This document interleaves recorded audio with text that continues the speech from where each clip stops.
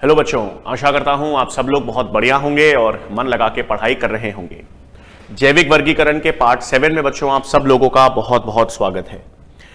Last lecture में आपको याद होगा बच्चों, हमने कौन सा बिल्कुल कवक जगत प्रारंभ कर लिया था। हम किसकी बात कर रहे थे? कवक यानी फंगाई के।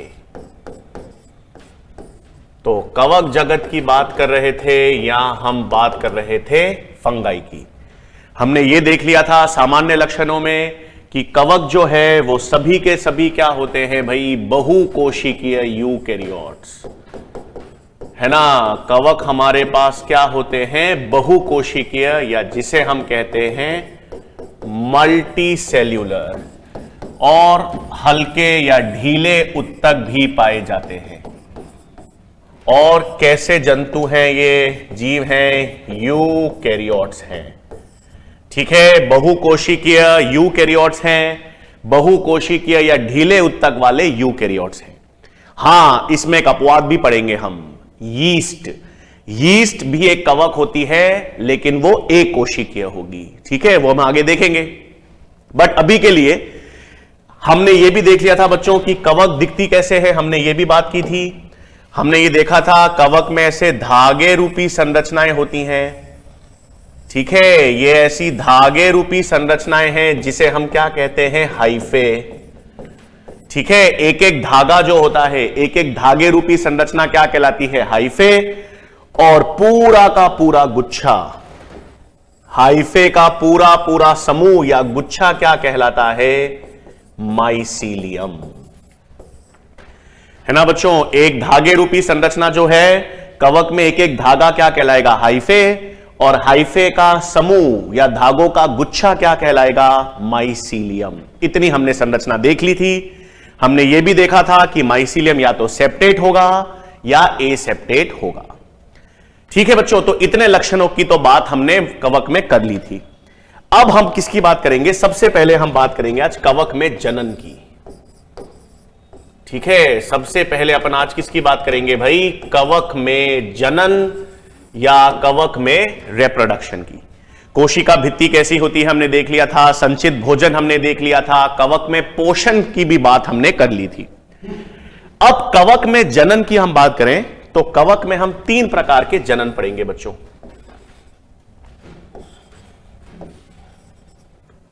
3 प्रकार के जनन पढ़ेंगे बच्चों। हम पढ़ेंगे कायिक जनन, जिसे हम कहते हैं वेजिटेटिव रिप्रोडक्शन।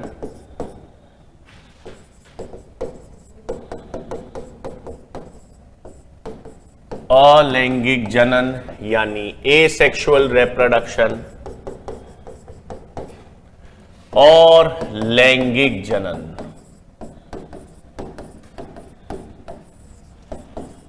यानी सेक्सुअल रिप्रोडक्शन।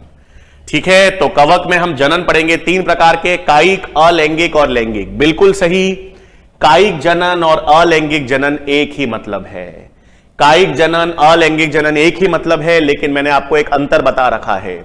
जब परिस्थितियां अनुकूल होती हैं, बेहतरीन परिस्थितियां होती हैं, तो कायिक जनन देखा जाता है, और जब प्रतिकूल परिस्थितियां हो जाती हैं तो बीजाणु का निर्माण होता है, अलैंगिक जनन। ठीक है, अब कायिक जनन की बात करें बच्चों तो आसान है। सबसे कॉमन तरह का अलैंगिक जनन जो कवक में देखा जाता है वो कैसा होता है? बडिंग या मुकुलन, है ना। तो कवक में सबसे सरल कवक कौन सी होती है बच्चों? यीस्ट। आगे अपन पढ़ेंगे। तो यीस्ट जो होती है ना बच्चों, वो कैसी होती है? गेंद रूपी होती है। ठीक है, छोटी छोटी गेंदें होती हैं, छोटी छोटी गेंद रूपी आपके पास क्या होती है? यीस्ट। ये यीस्ट कैसे करती है बच्चों? ये यीस्ट है, ये यीस्ट में आपको एक अतिवृद्धि आ जाती है। हां, यीस्ट में क्या आ जाती है? एक हल्की सी अतिवृद्धि। और जैसे ही यीस्ट में ये अतिवृद्धि आती है, ये मुख्य से अलग हो जाती है और नया कवक बना देती है। तो मुकुलन या बडिंग क्या है बच्चों? ये मुख्य छोटी सी गेंद रूपी यीस्ट है, इसकी एक अतिवृद्धि, इससे एक बाहर अतिवृद्धि निकलती है, वो मुख्य यीस्ट से पृथक होकर नया यीस्ट बना देती है। बहुत आसान है। इमेजिन करो ये कंधा है आपका, एक कंधा और निकल गया यहां से, और वो कंधा अलग होकर पूरा नया व्यक्ति बना दे। हाँ, मानव में तो ऐसा नहीं होता, लेकिन कवक में ये छोटी सी कवक है मुख्य, इसमें मुकुलन एक अतिवृद्धि हुई और अतिवृद्धि पृथक होकर नया कवक बना देती है। इसे हम क्या कहते हैं? मुकुलन। अच्छा, मुकुलन के अलावा फिर बच्चों इनमें क्या होता है? खंडन भी होता है। हां, खंडन का मतलब है फ्रैगमेंटेशन। ठीक है, खंडन या फ्रैगमेंटेशन का मतलब एक कवक है, उसके टुकड़े हो जाते हैं। हां, कई सारे टुकड़े। कवक का जो हाइफे है, वो हाइफे के कई सारे टुकड़े हो जाते हैं, धागों के कई सारे टुकड़े हो जाते हैं, और सब टुकड़े अलग अलग कवक बना देते हैं। तो दो प्रकार का कायिक जनन होता है। सबसे सरल प्रकार का जनन है कवक में या तो मुकुलन या खंडन। मुकुलन में एक छोटी सी कवक है, कवक की एक अतिवृद्धि बनेगी, वो अतिवृद्धि पृथक होकर नई कवक बना देगी। और खंडन में कवक के टुकड़े, कवक के हाइफे के छोटे छोटे टुकड़े हो जाएंगे और हर टुकड़ा नया कवक बना देगा। ठीक है, तो मुकुलन और खंडन तो कायिक जनन है। अब अलैंगिक जनन जो होता है ना बच्चों, ये बहुत इंपॉर्टेंट है, क्योंकि इसमें अलैंगिक बीजाणु बनेंगे। अलैंगिक जनन का मतलब है यहां पर आपके पास क्या बनेंगे बच्चों? अलैंगिक बीजाणु या स्पोर्स। कैसे बनेंगे अभी बताऊंगा, लेकिन दो प्रकार के स्पोर्स होते हैं बच्चों, इसमें आपको याद रखना है।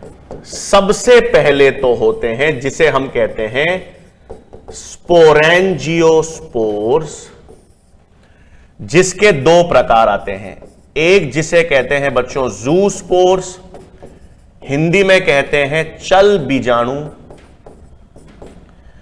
और दूसरे होते हैं एप्लैनोस्पोर्स, जिसे हम कहते हैं अचल बीजाणु। और दूसरे प्रकार के होते हैं कॉनिडिया। ये दो मुख्य बीजाणु याद रखने हैं अलैंगिक। अभी बताऊंगा कैसे बनेंगे। अलैंगिक जनन जो होगा, अलैंगिक जनन जब कवक में होगा तो उसमें अलैंगिक बीजाणु बनेंगे। दो प्रमुख प्रकार के अलैंगिक बीजाणु आपको ध्यान में रखने हैं, एक स्पोरेंजियोस्पोर्स और एक कॉनिडिया। अभी बताऊंगा इनका क्या मतलब है। स्पोरेंजियोस्पोर्स को हम कहते हैं बच्चों एंडोजीनस, और कॉनिडिया को कहते हैं एक्सोजीनस। ठीक है, क्या मतलब है ये भी बता देता हूं एक एक करके। स्पोरेंजियोस्पोर्स जो है ना बच्चों, उसमें दो बताए हैं मैंने, चल बीजाणु और अचल बीजाणु। चल बीजाणु और अचल बीजाणु मतलब एक गतिशील होंगे और एक अगतिशील। तो गतिशील जिनमें फ्लैजिला होगा वो है जूस्पोर्स, और जो अगतिशील होंगे उनको हम क्या कहेंगे? एप्लैनोस्पोर्स। तो अलैंगिक बीजाणु कौन से हो गए भाई? दो प्रकार के, स्पोरेंजियोस्पोर्स और कॉनिडिया। क्या मतलब है आओ चित्र से समझते हैं बच्चों। ठीक है, तो इसको अपन चित्र से समझ रहे हैं अलैंगिक बीजाणु कैसे हैं।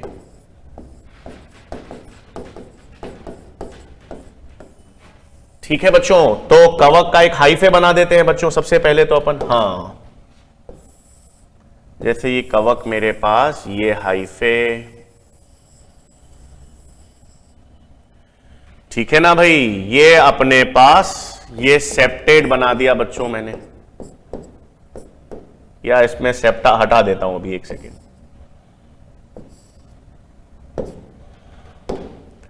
ठीक है भाई, ये मैंने एक एसेप्टेट हाइफे कैसा बनाया बच्चों? मैंने एक एसेप्टेट हाइफा बनाया है। ठीक है, अब इसमें क्या होगा बच्चों, ध्यान देंगे। यहां पर एक जो हाइफे है, हां, वो जनन के दौरान, ठीक है, वो जनन के दौरान एक संरचना बना देता है जिसे हम कहते हैं स्पोरेंजिया। और इसके अंदर आपको कई सारे बीजाणु मिलते हैं। इन बीजाणु को ही हम क्या कहते हैं? स्पोरेंजियोस्पोर्स, है ना। अगर इसमें गतिशील है तो इन्हें कहेंगे ज़ूस्पोर्स, और अगर ये अगतिशील हैं तो इन्हें क्या कहेंगे, एप्लैनोस्पोर्स। तो क्या हुआ, अलैंगिक जनन के दौरान कौन से अलैंगिक बीजाणु अपन पढ़ रहे हैं, स्पोरेंजियोस्पोर। स्पोर जो है वो हाइफे के अंदर बन रहे हैं, हाइफे फूल गया जनन के दौरान, हाइफे जो है उसने एक संरचना बना दी स्पोरेंजिया, और सारे बीजाणु जो हैं वो उसके अंदर बन गए। तो अंदर बन रहे हैं ना, हाइफे के अंदर निर्मित हो रहे हैं, इसलिए स्पोरेंजियोस्पोर्स को कहते हैं एंडोजीनस या अंतःजनित। ठीक है, अंतःजनित क्यों कह रहे हैं, क्योंकि ये हाइफे के अंदर बन रहे हैं। ठीक है, तो अलैंगिक बीजाणु एक तो स्पोरेंजियोस्पोर्स हो गए। अच्छा, एक और कैसे भाई, इधर देखें, हां ये मैंने फिर क्या बना दिए, हाइफे बना दिए भाई। ठीक है, ये क्या बना दिया मैंने, हाइफे, और यहां पर अब मैंने सेप्टेट हाइफा बनाया है। माइसीलियम या हाइफे को कैसे किया बच्चों, सेप्टेट किया है। अब यहां पर क्या होंगे, ये यहां पर भी बीजाणु बनेंगे, लेकिन यहां पर बीजाणु देखो बच्चों, हाइफे के बाहर बन रहे हैं, हाइफे के ऊपर बन रहे हैं, है ना, और हाइफे के ऊपर बन रहे हैं, इन बीजाणुओं को कहते हैं कॉनिडिया। इन अलैंगिक बीजाणु को क्या कहते हैं, कॉनिडिया। हाइफे के अंदर हैं या हाइफे के बाहर, हाइफे के बाहर बन रहे हैं श्रृंखला के रूप में, इसे एक्सोजीनस या बहिजनित कहते हैं। ठीक है, तो ये दो प्रकार के बीजाणु हैं, दो प्रकार के अलैंगिक बीजाणु। तो दो प्रकार के अलैंगिक बीजाणु बता दिया बच्चों मैंने, एक स्पोरेंजियोस्पोर जिसमें गतिशील है तो ज़ूस्पोर, अगतिशील है तो एप्लैनोस्पोर्स। ये स्पोरेंजिया हाइफे के भीतर बनेंगे, हाइफे के भीतर बनेंगे, इसलिए अंतःजनित या एंडोजीनस हैं। और दूसरे अलैंगिक बीजाणु है कॉनिडिया, ये हाइफे के बाहर श्रृंखला के रूप में निर्मित होंगे, इसे हम कॉनिडिया या एक्सोजीनस या बहिजनित कहेंगे। तो एक तो अलैंगिक बीजाणु दो याद रखने हैं, स्पोरेंजियोस्पोर्स याद रखने हैं, कॉनिडिया याद रखना है, और यह याद रखना है कि अंतःजनित अलैंगिक बीजाणु कौन से हैं, बहिजनित बीजाणु कौन से हैं। ठीक है, तो यह तो अपन ने किसकी बात कर ली बच्चों, अलैंगिक बीजाणु की। इसी प्रकार से लैंगिक बीजाणु भी होंगे। हां, तो कवक में नेक्स्ट पॉइंट बच्चों, कवक में क्या होते हैं, लैंगिक बीजाणु भी होंगे, जिसे हम क्या कहेंगे, सेक्सुअल स्पोर्स। ठीक है, तो कवक में किसका निर्माण भी होगा बच्चों, सेक्सुअल स्पोर्स का। अब सेक्सुअल स्पोर्स में दो याद रखने हैं बच्चों, एक तो एस्कोस्पोर्स बनेंगे और दूसरे बेसिडियोस्पोर्स बनते हैं। हां, तो कवक में अभी लैंगिक जनन बताऊंगा, लेकिन कवक में लैंगिक बीजाणु कौन से हैं, दो, एस्कोस्पोर्स और बेसिडियोस्पोर्स। एस्कोस्पोर्स आपको अभी याद रखना है एंडोजीनस हैं। हां, ये क्या है, अंतःजनित। और बेसिडियोस्पोर्स कैसे होते हैं बच्चों, एक्सोजीनस या बहिजनित।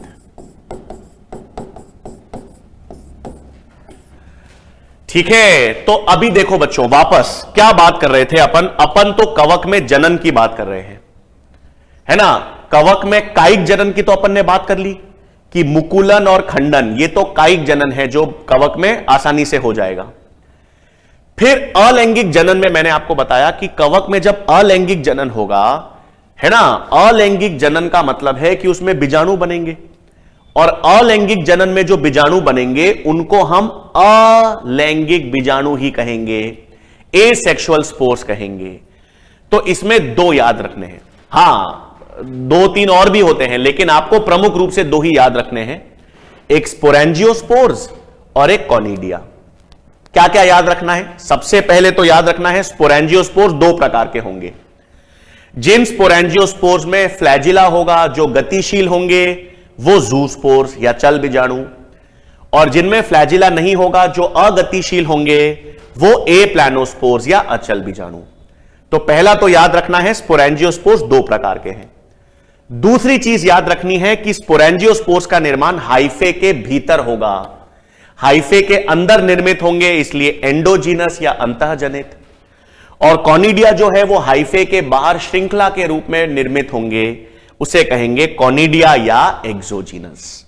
ये मैंने डायग्राम से बता दिया। ये बीजाणु क्या करेंगे? ये बीजाणु वायु के द्वारा फैलेंगे, ब्रेड पे गिर सकते हैं, मृदा में गिर सकते हैं, कहीं पर भी गिरते हैं। जहां कहीं भी ये बीजाणु गिरेंगे वहां पर ये अंकुरित होंगे और अंकुरित होकर नया कवक बना देंगे। ठीक है, तो ये अलैंगिक बीजाणु के उदाहरण बताए। फिर क्या होता है? लैंगिक जनन भी कवक में होगा। अब कवक में लैंगिक जनन कैसे होगा वो तो अभी मैं बताऊंगा, लेकिन लैंगिक जनन के दौरान मैंने आपको बता दिया लैंगिक बीजाणु भी बनेंगे, है ना। लैंगिक जनन के दौरान लैंगिक जीवाणु बीजाणु भी बनेंगे, सेक्सुअल स्पोर्स, जो दो प्रकार के होंगे। एस्कोस्पोर्स ये हम देखेंगे अंदर बनेंगे, इसलिए अंतःजनित हैं, और बेसिडियोस्पोर्स बहिजनित हैं, बाहर बनेंगे। सर ये कब बनेंगे, किस में बनेंगे, कैसे बनेंगे, वो सब आगे आएगा।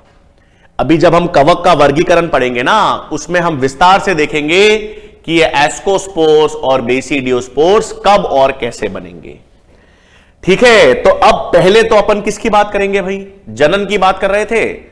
तो कवक में जनन में कायिक जनन तो देख लिया, अलैंगिक जनन में बीजाणु की बात कर ली, क्योंकि बीजाणु से अलैंगिक जनन होगा।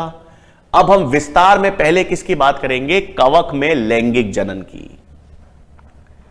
ठीक है, तो किसकी बात करेंगे भाई हम? पहले तो कवक में लैंगिक जनन।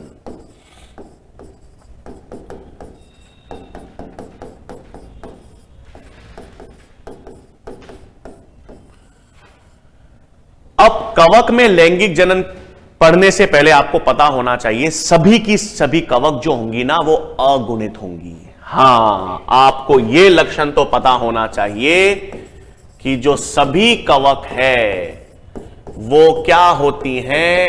अगुणित या हैप्लॉइड।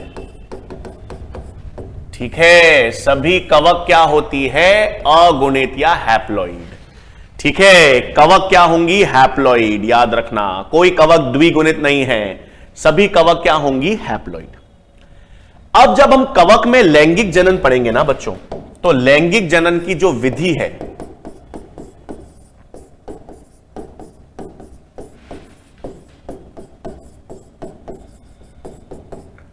कवक में जो लैंगिक जनन की विधि होगी ना बच्चों, उसमें 3 पद हम पढ़ेंगे। हां,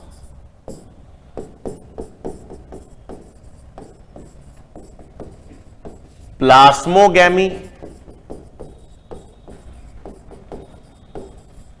कैरियोगैमी और मियोसिस, है ना भाई। देखो भाई, लैंगिक जनन के बारे में मैंने आपको मोनेरा में भी बताया था। मोनेरा जगत में वास्तविक लैंगिक जनन था नहीं, क्योंकि लैंगिक जनन तो यूकैरियोट्स में देखा जाता है। और लैंगिक जनन का मतलब है कि देखो, लैंगिक जनन में फायदा है, लैंगिक जनन अलैंगिक जनन से बेहतर है। तो लैंगिक जनन अलैंगिक जनन से बेहतर क्यों है? क्योंकि लैंगिक जनन में विविधता आती है, आनुवांशिक विविधता आती है। जब दो अलग अलग डीएनए, दो अलग अलग आनुवांशिक पदार्थों के युग्मक संलयित होंगे तो आनुवांशिक विविधता आएगी। युग्मक बनने के दौरान अर्धसूत्री विभाजन मियोसिस होगा, जिसमें जीन विनिमय होगा। तो आनुवांशिक विविधता किसमें आती है? लैंगिक जनन में। तो लैंगिक जनन के लिए मैंने आपसे कहा था 2 चीजें होना जरूरी है। एक तो लैंगिक जनन में अर्धसूत्री विभाजन मियोसिस होगा और युग्मक बनने चाहिए, और 2 अलग अलग युग्मक, नर और मादा कह दो, या 2 अलग अलग आनुवांशिक युग्मक संलयित निषेचित होकर युग्मनज बनाने चाहिए। ये 2 आवश्यकताएं हमेशा किसके लिए होती हैं? लैंगिक जनन के लिए होती हैं। तो अब कवक में लैंगिक जनन जो है उसकी विधि कैसी है भाई? 3 उसमें पद पाए जाते हैं। कौन से पद हैं? प्लाज्मोगैमी, कैरियोगैमी और मियोसिस। कैसे? आ जाओ इधर देखते हैं, समझते हैं। ठीक है, मैंने 2 कवक के हाइफे ले लिए बच्चों। मान लेते हैं मैंने कहा कवक 1, उसका एक हाइफे ले लो आप, हां, और कवक 2 उसका भी एक हाइफे ले लो। तो 2 अलग अलग माइसीलियम, 2 अलग अलग कवक के हाइफे ले लिए। अगुणित होते हैं बच्चों, तो मैंने इसको क्या कर दिया? हाइफे को इस तरह से बना दिया N। मैं इसको एक गोल कोशिका के रूप में बता रहा हूं। अब सबसे पहले क्या होगा भाई? लैंगिक जनन में जब 2 अलग अलग हाइफे हैं ना बच्चों, 2 अलग अलग कवक है, 2 अलग अलग कवक के 2 अलग अलग हाइफे हैं, सबसे पहले इन हाइफे के अंदर कोशिका होगी और वो कोशिका अगुणित है। सबसे पहले क्या होगा बच्चों? इनका कोशिका द्रव्य संलयित होगा। सबसे पहले क्या होगा बच्चों? इनमें कोशिका द्रव्य का संलयन होगा।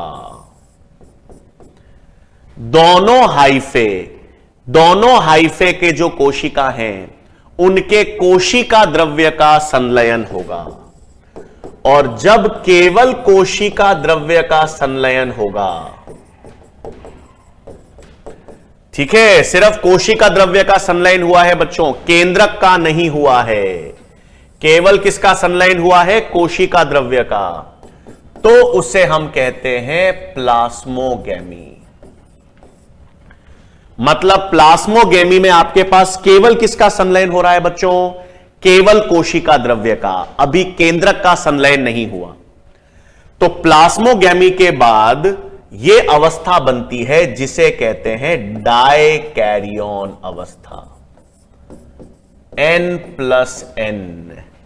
डाय मतलब 2, कैरियन का मतलब केंद्रक। तो दोनों का कोशिका द्रव्य संलयित हुआ है, केंद्रक तो संलयित नहीं हुआ। तो कोशिका द्रव्य तो संलयित हो चुका है, केंद्रक अलग अलग है, न्यूक्लियस अलग अलग है, इसलिए इसको डायकैरियन कह दिया। फिर सेकंड स्टेप में क्या होगा भाई? सेकंड स्टेप में अब कैरियोगैमी होगी। कैरियो मतलब केंद्रक। अब केंद्रक संलयन होगा। ठीक है, अब क्या होगा बच्चों? इसमें केंद्रक संलयन। और केंद्रक संलयन के बाद ये 2N अवस्था बनेगी। और केंद्रक संलयन के बाद जब 2N कंडीशन बनती है उसे सिन कैरियन कहते हैं, है ना। सिन का मतलब संलयित। अब क्या हो चुका है? केंद्रक संलयित हो चुका है। अब आपको याद होगा बच्चों, जब अपन ने कोशिका विभाजन पढ़ा था, याद करो, जब अपन ने कोशिका विभाजन पढ़ा था उसमें जब अपन ने मियोसिस पढ़ा था तो मैंने अर्धसूत्री विभाजन में 2 बताए थे आपको, गेमीटिक मियोसिस और जाइगोटिक मियोसिस। याद आया? गेमीटिक मियोसिस और जाइगोटिक मियोसिस। अगर याद नहीं है तो वापस वीडियो जाके देखना। वहां पर मैंने बताया था जो भी अगुणित जीव होते हैं, जैसे कवक है या शैवाल हम पढ़ेंगे, तो अगुणित जीव हैं जो लैंगिक जनन दर्शाते हैं। भाई सारे के सारे मोनेरा भी अगुणित होते हैं, याद रखना। सारे के सारे मोनेरा जगत, पूरा का पूरा मोनेरा जगत भी अगुणित है, लेकिन उनमें लैंगिक जनन नहीं होता, तो मियोसिस नहीं होता। लेकिन अगुणित जीव जो लैंगिक जनन दर्शाते हैं ना, लैंगिक जनन दर्शाने वाले जो अगुणित जीव हैं उनमें वो तो शुरुआत से ही N है, तो N में तो मियोसिस नहीं हो सकता। अगुणित कोशिका में तो मियोसिस नहीं हो सकता ना, तो पहले संलयन हो जाता है। पहले संलयन हो गया 2N। अब ये 2N हो गया तो अब इसके बाद क्या देखा जाएगा? मियोसिस। अब इसके बाद मियोसिस होकर नए कवक के हाइफे बनेंगे।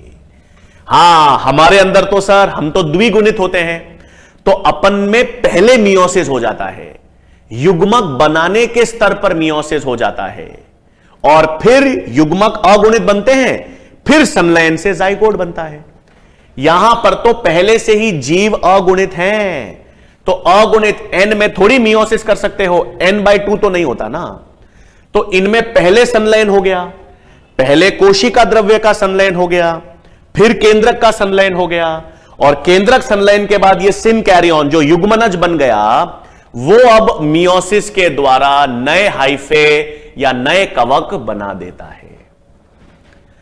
तो 3 पद किसमें शामिल हो गए बच्चों? कवक में, लैंगिक जनन में शामिल हो गए।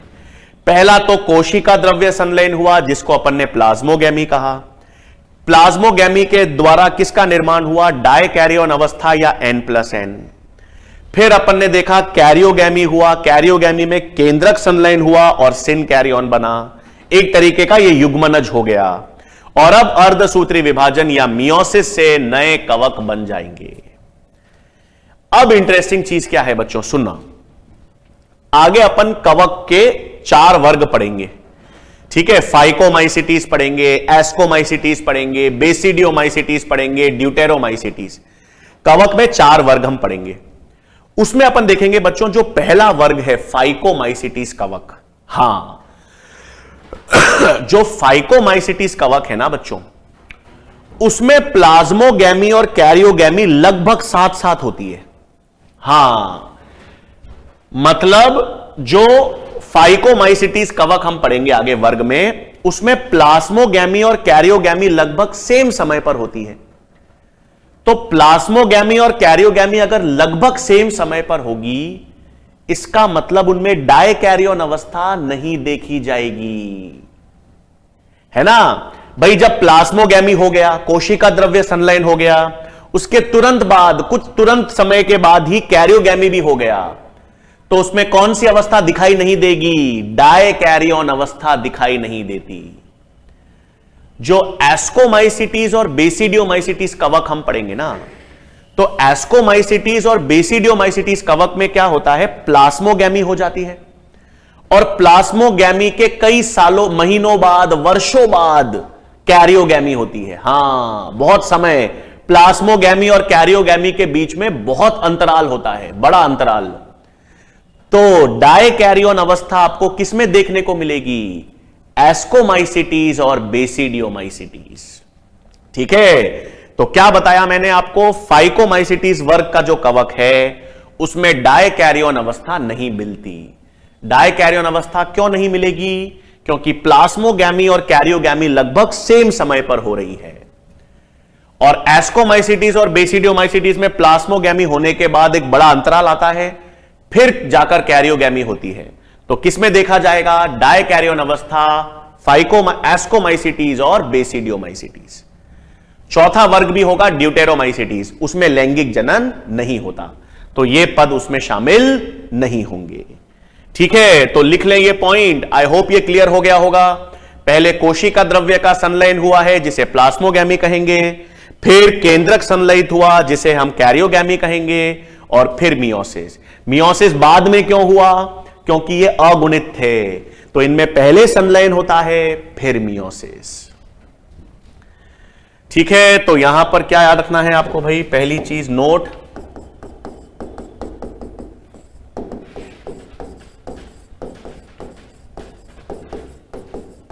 फाइकोमाइसिटीज वर्ग में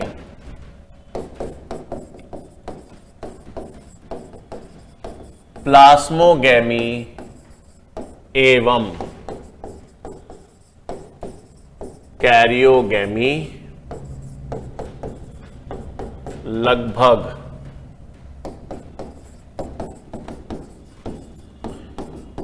एक समय पर ही होते हैं, अतः इनमें डायकैरियन अवस्था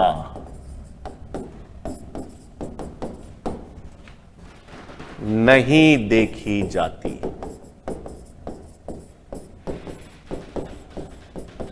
है ना भाई? इसलिए इनमें डायकैरियन अवस्था नहीं देखी जाती। इसका मतलब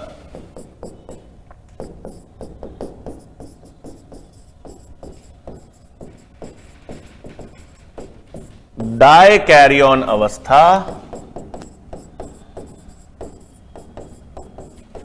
एस्कोमाइसिटीज एवं बेसिडियोमाइसिटीज में देखी जाती है। ठीक है, डायकैरियन अवस्था किसमें देखी जाएगी भाई? डायकैरियन अवस्था मुख्य रूप से एस्कोमाइसिटीज और बेसिडियोमाइसिटीज में देखी जाती है। ठीक है, तो हमने किसकी बात कर ली भाई? कवक में हमने किसकी बात कर ली? जनन किस प्रकार होगा, किस प्रकार का जनन होगा। हमने अलैंगिक जनन, कायिक जनन और लैंगिक जनन देख लिए। अलैंगिक बीजाणु याद रखना, स्पोरेंजियोस्पोर्स और कॉनिडिया। लैंगिक बीजाणु अभियान की बात करेंगे, एस्कोस्पोर्स हम देखेंगे एस्कोमाइसिटीज में बनेंगे, बेसिडियोस्पोर्स बेसिडियोमाइसिटीज में बनेंगे। और हमने लैंगिक जनन की विधि देख ली। याद रखना सभी के सभी कवक क्या होंगे? हैप्लॉइड या अगुणित होते हैं। ठीक है, अब ध्यान देंगे भाई, अब हम क्या करेंगे? कवक की बात कर रहे हैं तो कवक को हम 4 वर्गों में विभेदित करेंगे। ठीक है, कवक को हम क्या करेंगे बच्चों? 4 वर्गों में विभेदित करेंगे। जैसे अपन ने प्रोटोजोआ को भी 4 वर्गों में विभेदित किया था। अब प्रोटोजोआ को 4 वर्गों में विभेदित करने का आधार क्या था? गमनांग। हमने गमनांगों के आधार पर प्रोटोजोआ को 4 वर्गों में विभेदित किया था। तो कवक को भी अब हम 4 वर्गों में विभेदित करेंगे। तो कवक को किस आधार पर 4 वर्गों में विभेदित किया जाता है? सबसे पहला आधार होता है कि माइसीलियम इनमें कैसा है। माइसीलियम सेप्टेट है या एसेप्टेट है, मतलब बहुकेंद्रकीय है या केंद्रकीय है, एक केंद्रकीय। तो माइसीलियम के आकार पर। फिर हम इनमें देखेंगे जनन के दौरान फ्रूटिंग काय का निर्माण होता है। तो फ्रूटिंग काय का निर्माण कवक में होता है या नहीं, अगर होता है तो किस प्रकार का होता है उसमें। और तीसरा, बीजाणु कौन से बनते हैं? अलैंगिक बीजाणु कॉनिडिया बनता है या स्पोरेंजियोस्पोर्स बनते हैं। लैंगिक बीजाणु में एस्कोस्पोर बनते हैं या बेसिडियोस्पोर बनते हैं। हां, तो माइसीलियम की संरचना के आधार पर, बीजाणु के आधार पर और फ्रूटिंग काय के आधार पर, इन 3 लक्षणों के आधार पर हम कवक को 4 वर्गों में विभेदित करते हैं। तो ये बहुत इंपॉर्टेंट पॉइंट याद रखना है भाई। क्या क्या भाई? एक तो माइसीलियम के प्रकार,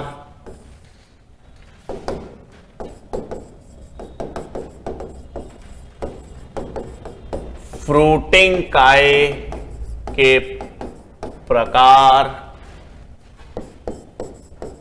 एवं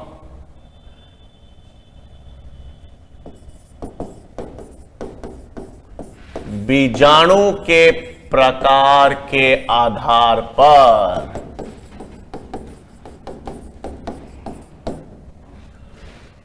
कवक को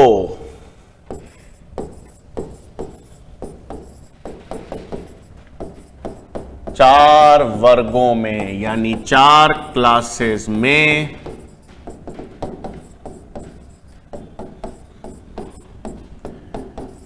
विभेदित किया जाता है ना भाई। तो हमने कवक को 4 वर्गों में तो विभेदित करेंगे, कवक के 4 वर्ग भी हम देखेंगे, लेकिन किस आधार पर हमने वर्गीकरण किया है?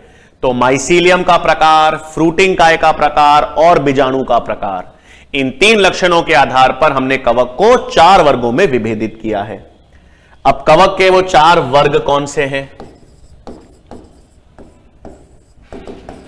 कवक की वो 4 क्लासेस। पहली फाइकोमाइसिटीज या जिसे आप जाइगोमाइसिटीज भी कह सकते हो।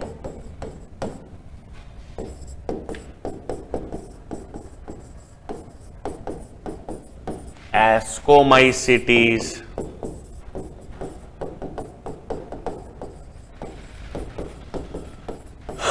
बेसिडियोमाइसिटीज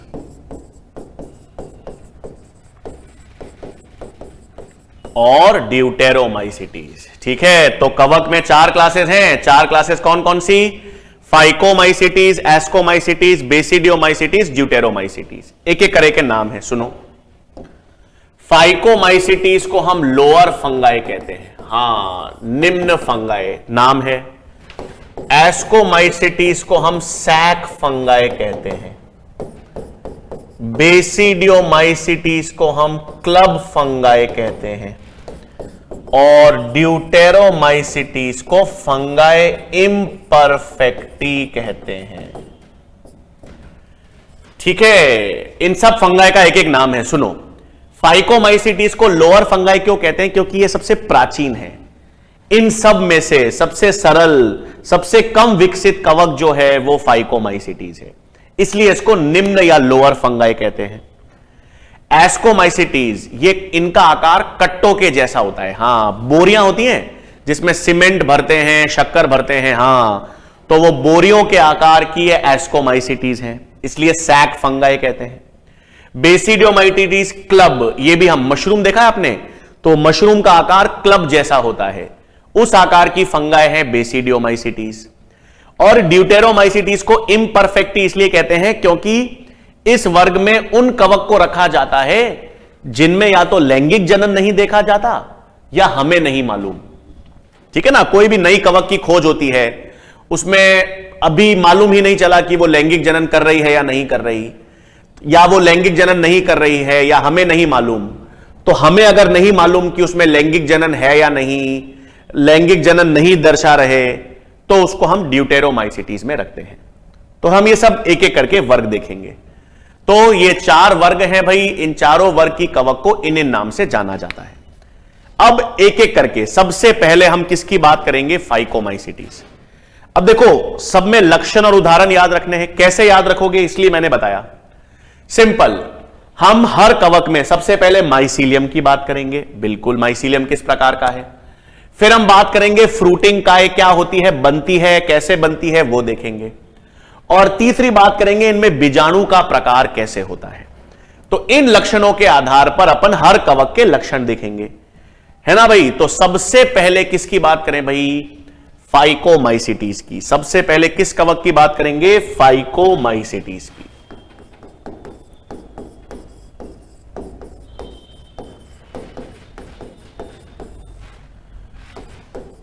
फाइकोमाइसिटीज या जाइगोमाइसिटीज कह दो। अब कैसे लक्षण देखेंगे? सबसे पहला लक्षण तो माइसीलियम, है ना। सबसे पहले तो हमने कवक को वर्गीकृत ही कैसे किया है? माइसीलियम के आधार पर। अब ये सबसे पुराने कवक है ना बच्चों, तो इनका माइसीलियम एसेप्टेट होता है, अशाखित होता है और बहुकेंद्रकीय होगा ना, सीनोसाइटिक। हां,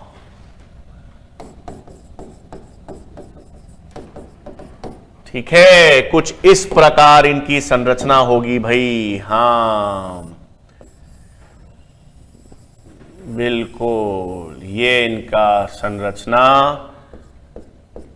इनके जो हाइफे या माइसीलियम है उनमें सेप्टा नहीं होता। ये आपने देखी होगी, ये अगर आपने देखा होगा वो फूलन लग जाती है। हम कहते हैं ना कि अचार खराब हो गया सफेद सफेद, या ब्रेड खराब हो गई, तो वो ब्रेड खराब हो जाती है, ब्रेड पे कहते हैं ना फंगस लग जाती है, अचार में फंगस लग जाती है। हां, तो वो कौन सी फंगस है? फाइकोमाइसिटीज वाली हम पढ़ेंगे। ये खराब कर देती है चीजों को, क्योंकि जहां पर भी इसको नमी मिलती है या गर्माहट मिलती है वहां पर इसके बीजाणु वृद्धि करते हैं। तो ब्रेड अगर आपने फ्रिज में नहीं रखी, बाहर रखी हुई है, ठीक है, अचार को आपने अगर अच्छी तरह से प्रिजर्व नहीं किया है, तो उस पर फंगस लग जाती है। तो वो कौन सी फंगस लग जाती है? ये फाइकोमाइसिटीज। ज्यादातर कवक खराब होती हैं, कुछ अच्छी भी होती हैं। अच्छी तो होंगी ना, इडली बनाने में, डोसा बनाने में, ब्रेड बनाने में भी कवक का यूज करते हैं। मानव कल्याण में सूक्ष्म जीव की बात की थी, यीस्ट में। हां, वो आटा मैदा फूल जाता है कवक के कारण। खैर, अभी तो हम बात कर रहे हैं ब्रेड खराब कौन करता है। ब्रेड, अचार, भोज्य पदार्थ को खराब करने वाली कवक इस फाइकोमाइसिटीज में आती है। तो खैर, पहली चीज तो इनका माइसीलियम कैसा हो गया बच्चों? एसेप्टेट हो गया। बिल्कुल इसमें सेप्टा नहीं है, सेप्टा नहीं है, शाखाएं भी नहीं है, और इसलिए यह बहुकेंद्रकीय हो गया। माइसीलियम की बात।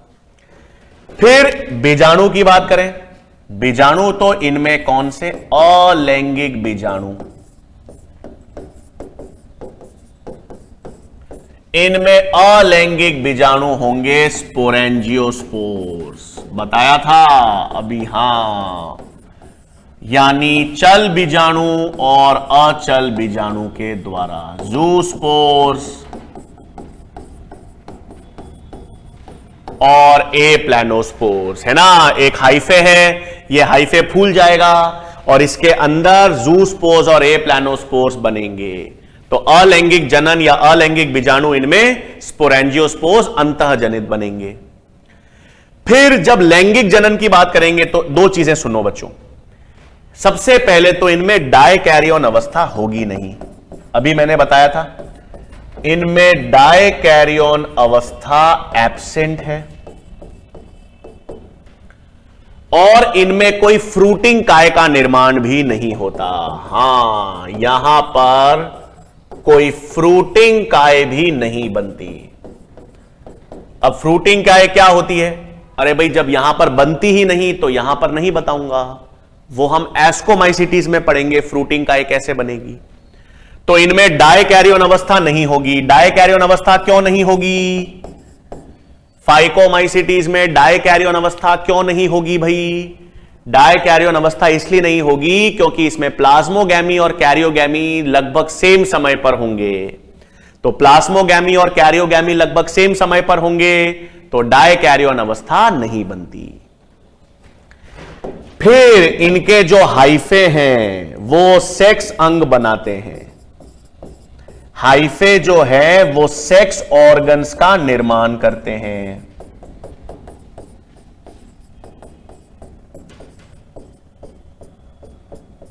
जिनको हम क्या कहेंगे? गैमीटेंजिया। ठीक है, हाइफे जो हैं वो सेक्स ऑर्गन्स का निर्माण करेंगे, जिन्हें हम क्या कहेंगे? गैमीटेंजिया कहेंगे। और सेक्स ऑर्गन्स, लैंगिक अंग तो बनेंगे जिनको हम गैमीटेंजिया कहेंगे, तो फिर इनमें युग्मक भी बनेंगे। ठीक है, तो युग्मक, अब सुनो, दो अलग अलग कवक हैं, तो दो अलग अलग कवक के जो युग्मक होंगे, मतलब उनकी जो हाइफे की कोशिकाएं होंगी वो एक समान भी हो सकती हैं, एक जैसी भी हो सकती हैं, मतलब समयुग्मी भी हो सकती हैं, और या विषम युग्मी भी हो सकती हैं। तो इनमें जो लैंगिक जनन है ना, जो लैंगिक जनन है वो समयुग्मी भी हो सकता है। समयुग्मी का मतलब है आइसोगेमस, मतलब दो कवक के जो दो हाइफे हैं ना वो एक जैसे हो सकते हैं, अथवा विषम युग्मी भी हो सकता है, जिसे हम अनाइसोगेमस कहते हैं। इसमें विषम युग्मी या अंड युग्मी भी हो सकता है, ऊगेमस। देखो बच्चों, ये नए शब्द आए हैं हमारे पास, सम, विषम, अंड युग्मी। सुनो, ये आगे भी बहुत बार आएंगे, पादप जगत में विस्तार में भी पढ़ेंगे इनको। युग्मक का मतलब है गैमीट्स। तो लैंगिक जनन में, ठीक है, लैंगिक जनन में इनमें क्या होगा? सुनो, हाइफे लैंगिक अंग बनाएंगे। मैंने कहा कैसे, इधर देख लो। मैंने कहा ये हमारे पास एक हाइफे है, और यहां पर मैंने कहा ये एक दूसरा हाइफे है। ठीक है बच्चों, ये दो अलग अलग हाइफे हैं। इसे मैंने कह दिया कवक 1, या इसको मैंने कह दिया हाइफे 1, और इसको मैंने कह दिया हाइफे 2। ठीक है, दोनों हाइफे हैं। अब ये लैंगिक अंग बनाएंगे। कैसे बनाएंगे? इधर देखो,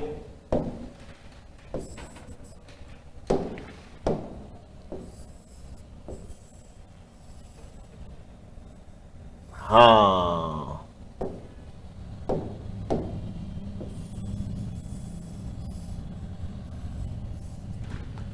ये बनाया ना भाई, इधर देखो, ये एक लैंगिक अंग इसने बनाया यहां पर, और इसने भी एक लैंगिक अंग यहां पर बनाया।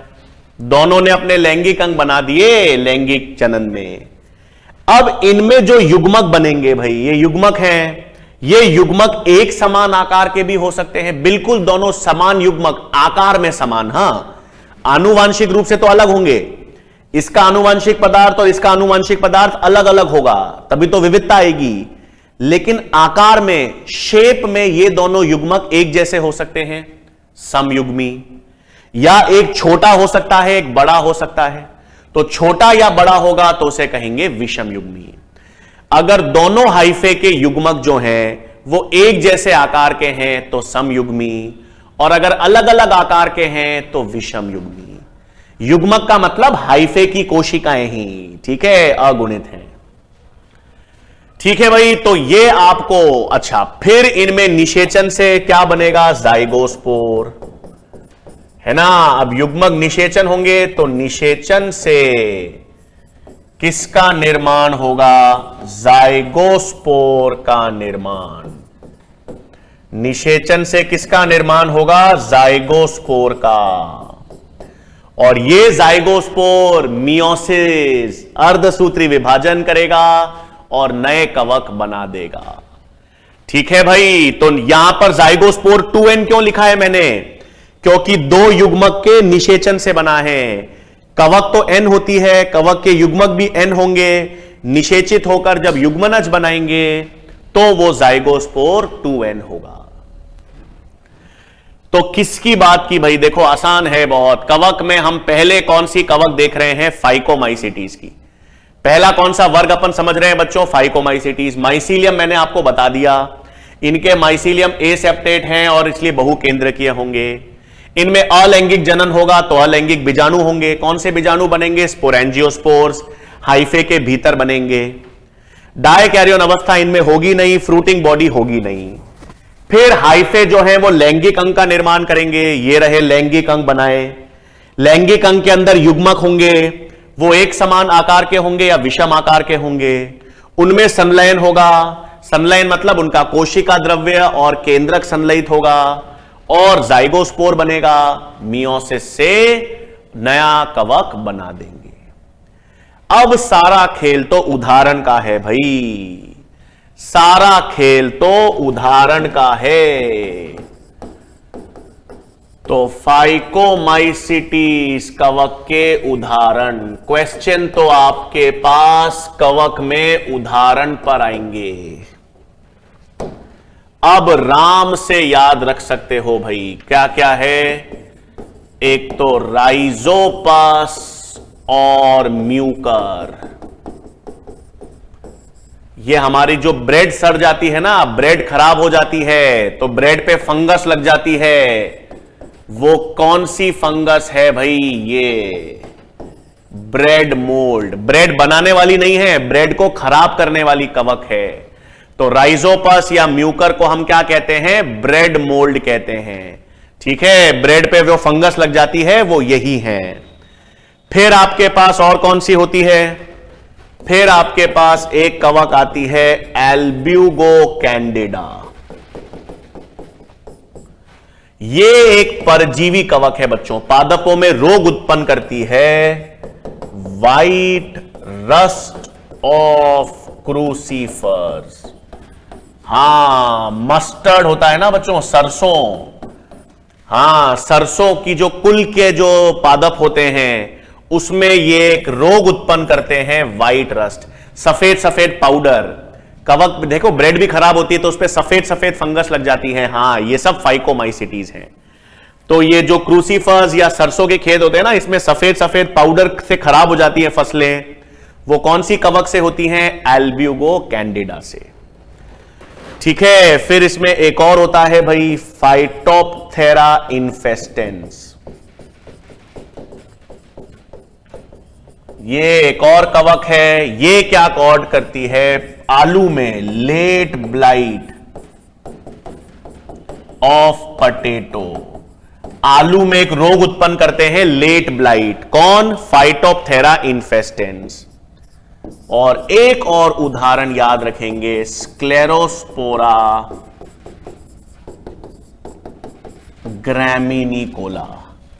ये जो कवक है ये बाजरा में ग्रीन ईयर डिजीज कॉज करती है। ठीक है भाई। अब देखो एनसीईआरटी में तो 3 ही उदाहरण है। एनसीईआरटी में तो आपके पास राइजोपस, म्यूकर और एल्ब्यूगो दे रखा है। तो एनसीईआरटी के उदाहरण के लिए तो आप सिंपल राम याद रख सकते हो फाइकोमाइसिटीज में। ठीक है, एनसीईआरटी के तो 3 ही उदाहरण है भाई। एनसीईआरटी में राइजोपस दे रखा है, म्यूकर दे रखा है और एल्ब्यूगो कैंडिडा दे रखा है। तो एनसीईआरटी में तो ये 3 उदाहरण है, उसको आप राम से याद रख सकते हो, राइजोपस, म्यूकर और एल्ब्यूगो कैंडिडा। लेकिन इसके अलावा मैंने आपको 2 और उदाहरण बताए हैं और वो याद भी रखने हैं। एक तो फाइटोप्थेरा इन्फेस्टेंस बताया है, ये भी फाइकोमाइसिटीज का उदाहरण है और ये आलू में रोग उत्पन्न करता है, लेट ब्लाइट। और स्क्लेरोस्पोरा ग्रैमिनिकोला भी एक और उदाहरण बताया है जो बाजरा में ग्रीन ईयर डिजीज कॉज करता है। ठीक है, तो ये सारे उदाहरण आपको फाइकोमाइसिटीज में याद रखने हैं। देखो बच्चों, कवक में कोई ये जो मोनेरा है, प्रोटिस्टा है, कवक, इसमें कोई भी क्वेश्चन आएगा तो वो उदाहरण पे आएगा। ठीक है, लक्षण तो हमको पता ही आसान है, कोशिका भित्ति, ये सब तो सवाल बेहद आसान आता है, लेकिन उसमें ऑप्शंस में कंफ्यूजन आ जाता है क्योंकि उदाहरण पे प्रश्न आते हैं। ठीक है, आपको क्या होगा, आपको एक बक्सा दे दिया जाएगा। हां, एक बॉक्स में आपके पास 10 उदाहरण दे देंगे। 10 उदाहरण में आपके जीवाणु के उदाहरण भी हो जाएंगे, नीलहरित शैवाल भी दे देंगे, आर्की जीवाणु भी दे देंगे, प्रोटिस्टा के उदाहरण भी दे देंगे, कवक के उदाहरण भी दे देंगे। 10 उदाहरण दे देंगे अलग अलग जगत के, और सवाल बहुत आसान होगा। इसमें कोशिका भित्ति काइटिन, क्या काइटिन की कोशिका भित्ति किसमें पाई जाती है? अब आप बोलोगे सर ये तो बहुत आसान सवाल है, काइटिन की कोशिका भित्ति तो कवक में पाई जाती है, सबको मालूम है। अरे लेकिन उन पूरे उदाहरण में से बक्से में बहुत सारे उदाहरण होंगे जिसमें ढूंढना पड़ेगा कवक कौन सी है। तो आपको जीवाणु हटाने पड़ेंगे, नीलहरित शैवाल हटानी पड़ेगी, प्रोटिस्टा हटाना पड़ेगा, कवक ढूंढना पड़ेगा। और कवक में कोई फाइकोमाइसिटीज, बेसिडियोमाइसिटीज तो लिखा नहीं होगा, इन नाम लिखे होंगे। तो आप इमेजिन करो एक बॉक्स है, एक बॉक्स में आपको क्या क्या दे रखा है। एक बॉक्स में आपको लिखा हुआ है स्यूडोमोनास, थियोबैसिलस, फाइसेरम, यूग्लिना, ट्राइपेनोजोमा, ट्राइपेनोजोमा, ट्राइकोमोनास, एल्ब्यूगो। अब इतने सारे उदाहरण हैं।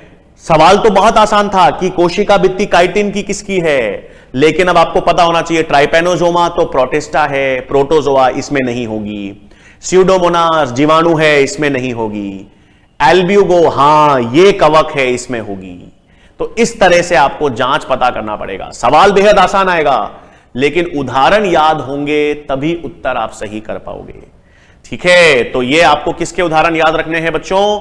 फाइकोमाइसिटीज के उदाहरण, rhizopus, mucor, albugo candida, phytophthora infestans, sclerospora graminicola, ये सब किस में आएंगे? फाइकोमाइसिटीज। इसका मतलब ये सारे जो उदाहरण अपन ने देखे हैं, ये सारे जो फाइकोमाइसिटीज के उदाहरण देखे हैं, इन सब में माइसीलियम कैसा होगा? सब फाइकोमाइसिटीज हैं, सबके माइसीलियम एसेप्टेट होंगे, बहुकेंद्रकीय होंगे, सही। इन सब में अलैंगिक जनन कैसा होगा? इन सब में अलैंगिक जनन स्पोरेंजियोस्पोर्स के द्वारा होगा, चल बीजाणु या अचल बीजाणु के द्वारा।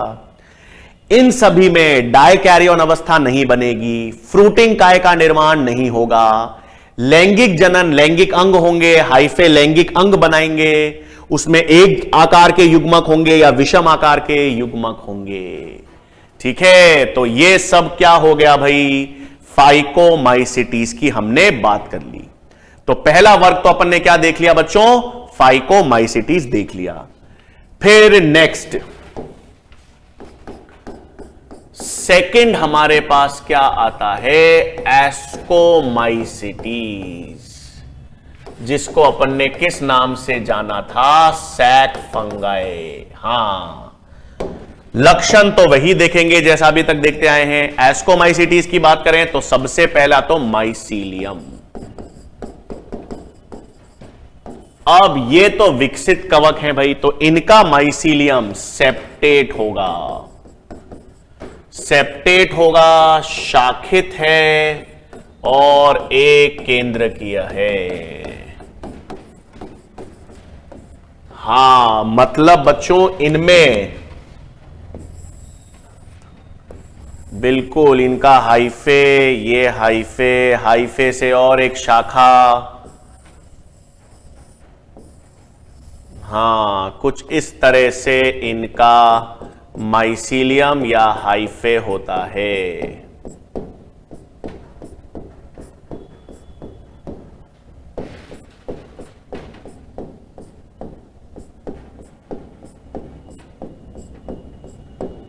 है ना बच्चों? तो देखो इनका माइसीलियम जो है वो सेप्टेट है, सेप्टा है, बीच बीच में विभाजन है, एक केंद्रकीय है और शाखाएं भी निकली हुई हैं। तो माइसीलियम सेप्टेट, शाखित या एक केंद्रकीय किसका होगा? एस्कोमाइसिटीज का होगा, पहला माइसीलियम। फिर दूसरा, इनमें अलैंगिक जनन देखें तो नेक्स्ट इनमें भी अलैंगिक जनन होगा, अलैंगिक बीजाणु बनेंगे। तो इनके अंदर जो अलैंगिक बीजाणु है वो कॉनिडिया है ना, इनके अंदर जो अलैंगिक बीजाणु बनेंगे वो क्या होंगे? कॉनिडिया। तीसरा और बेहद इंपॉर्टेंट पॉइंट, वैसे तो अपन ने कहा है कि कवक जगत में सभी के सभी बहुकोशिकीय यूकैरियोट्स हैं, सारे कवक बहुकोशिकीय हैं, लेकिन एस्कोमाइसिटीज में एक कोशिकीय कवक भी शामिल होते हैं, यीस्ट, है ना। तो याद रखना इस वर्ग में अधिकांश तो बहुकोशिकीय कवक होंगे, ठीक है, अधिकांश तो बहुकोशिकीय कवक होंगे, परंतु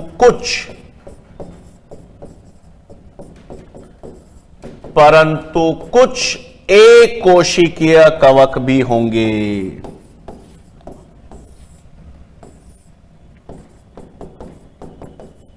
ठीक है, तो इनमें एक कोशिकीय कवक पाए जाते हैं जिसे हम कहते हैं यीस्ट। ठीक है, इनमें एक कोशिकीय कवक भी पाए जाते हैं जिन्हें हम क्या कहते हैं? यीस्ट। यीस्ट सारे, हां, जो आपके ब्रेड बनाने में, दारू अल्कोहल बनाने में पढ़ा था, सैकेरोमाइसिस सेरिवेसी। देखो बच्चों, यीस्ट कोई एक कवक नहीं है, यीस्ट उन कवक को कहा जाता है जो एक कोशिकीय है। इस यीस्ट में एक उदाहरण तो सैकेरोमाइसिस सेरिवेसी का आता है ना। यीस्ट के उदाहरण अपन ने कहां पढ़े थे भाई?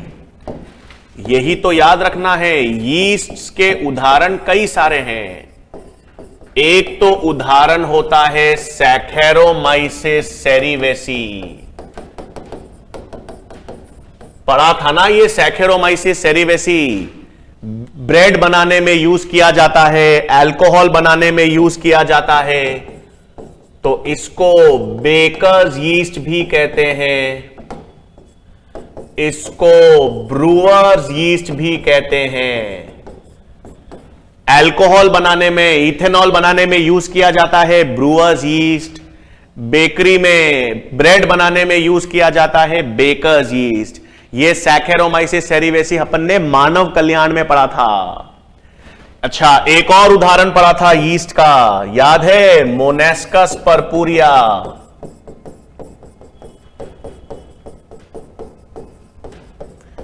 याद है मोनेस्कस परपुरियस? हां, जिससे स्टैटिन्स, ब्लड कोलेस्ट्रॉल को कम करने वाला यौगिक मिलता है, स्टैटिन्स। तो यह भी किसका उदाहरण है? यीस्ट। तो यीस्ट का मतलब क्या है भाई? यीस्ट का वैसे मतलब है जो एक कोशिकीय कवक है। अब एक कोशिकीय कवक जो यीस्ट है वो एस्कोमाइसिटीज में रखा जाता है। तो वैसे तो कवक में सारे बहुकोशिकीय कवक हैं, लेकिन एक अपवाद आपको याद रखना है जो इसमें शामिल होगा। जो एक कोशिकीय कवक हैं वो कौन सी हैं? यीस्ट। दो प्रमुख उदाहरण आपको याद रखने हैं, एक तो ब्रेड बनाने में और अल्कोहल बनाने में हम सैकेरोमाइसिस सेरिवेसी का इस्तेमाल करते हैं, और स्टैटिन्स, याद है? ब्लड कोलेस्ट्रॉल, ब्लड में कोलेस्ट्रॉल की मात्रा को कम करने वाला जो स्टैटिन्स हैं वो किस यीस्ट से मिलते हैं? मोनास्कस परपुरियस से मिलते हैं। तो ये दो प्रमुख उदाहरण आपको याद में रखने हैं। ठीक है बच्चों, तो आज तो हमने बेसिकली आज हमने किसकी बात की है? कवक में जनन हमने देख लिया था और हमने विस्तार में फाइकोमाइसिटीज कवक पूरी की है और एस्कोमाइसिटीज के हमने शुरुआत में 2-3 लक्षण देखे। एक तो एस्कोमाइसिटीज का माइसीलियम कैसा होता है ये मैंने आपको बता दिया, और एस्कोमाइसिटीज में अलैंगिक जनन होगा कॉनिडिया के थ्रू। कॉनिडिया कैसे होते हैं? बहिजनित, है ना। कॉनिडिया बहिजनित है, हाइफे के बाहर श्रृंखला के रूप में बनेंगे, बता चुका हूं। और याद रखना है कि एस्कोमाइसिटीज में वैसे तो बहुकोशिकीय कवक आएगी, सभी में बहुकोशिकीय है, लेकिन एक कोशिकीय कवक यीस्ट पाई जाती है। और यीस्ट के बच्चों मैंने आपको 2 उदाहरण बता रखे हैं, सैकेरोमाइसिस सेरिवेसी और मोनास्कस परपुरियस। इसके बाद बच्चों नेक्स्ट लेक्चर में हम बात करेंगे हां कि ये एस्कोमाइसिटीज में फ्रूटिंग काय कैसे बनेगी, लैंगिक जनन में ये एस्कोस्पोर्स कैसे बनेंगे। ठीक है बच्चों, तो नेक्स्ट लेक्चर में फिर हम लोग एस्कोमाइसिटीज, बेसिडियोमाइसिटीज और ड्यूटेरोमाइसिटीज के लक्षणों की बात करेंगे। ठीक है बच्चों, इसी तरह से मन लगा के पढ़ते रहिए। नेक्स्ट लेक्चर में मुलाकात होगी। धन्यवाद।